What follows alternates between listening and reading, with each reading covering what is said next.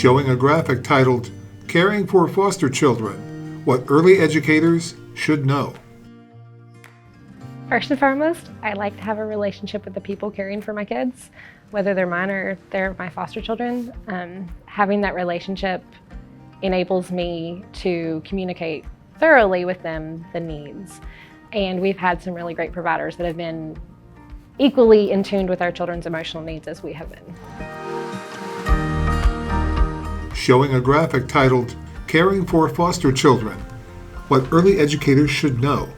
And it says the Tennessee Department of Children's Services has teamed up with the Association of Infant Mental Health in Tennessee to help make early educators aware of the challenges that working foster parents face. The goal is to minimize the stress and trauma already affecting foster children. How does communication work between you and your daycare providers? Prior to COVID, we would actually go in every morning when we dropped the children off. And with COVID, they developed an app that we are informed every day about updates on progression, needs, or just information about the facility as a whole. And so they're able to share information with us, but we also use the same app to share information with them. Our daycare providers in the past have had their director be there as we're going into the building, and it's made it easy for us to communicate if we're having a hard day, if we're needing to leave early for a certain reason, and then also the teachers will meet us when we come into the room and we can communicate the same things. As well as when you're picking up, they let you know how the child's been, and they're always super welcoming to us as far as us coming into the classroom and engaging with our child as a way of helping kind of regulate our child. We have a relationship with our particular daycare. We've been there for 16 years. So the workers are the same. So they're familiar with us, they're familiar with our children. So they're comfortable calling us and letting us know. And sometimes it's taking it extra out with our children. As you said, during the app, they'll say, well, you know, he didn't want to eat today, so we're a little concerned about that. And so that is because they feel so comfortable with us, they don't have a problem calling us or allowing us to call them.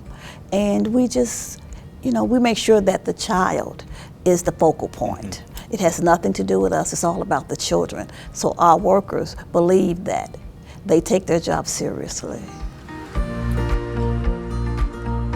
How does it impact your family if a daycare disrupts a child from their facility?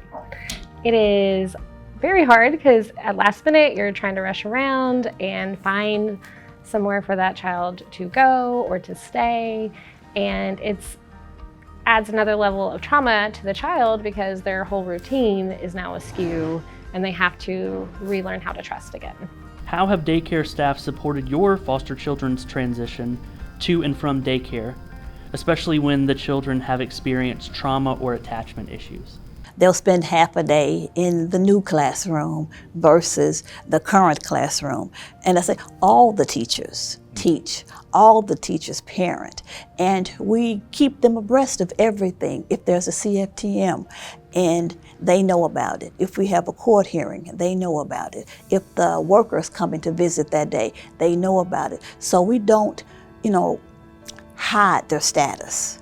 So the workers know, and it helps them to become more familiar with the actual foster care system just by knowing what a CFTM is, what a court hearing is, what a preliminary hearing is, why does the worker come out to see the child at daycare, and whatever we need them to do, they're there because they are invested in our child.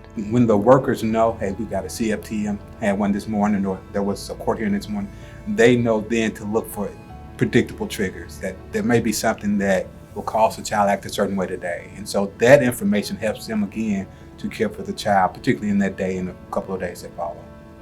The daycares we've been involved with are very good as far as they're structured and routine.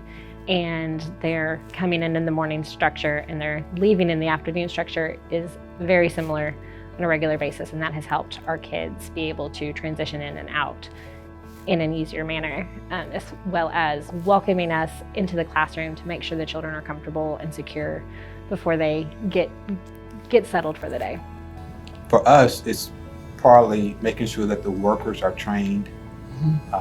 We talk a lot to them about, and particularly the director, about information about ACEs, and so to make sure that she can pass that information on to her staff so they can get training on being trauma-informed caregivers. And as they pass that information on to staff, then it helps them, again, to care for our children, particularly those that have been traumatized, even better.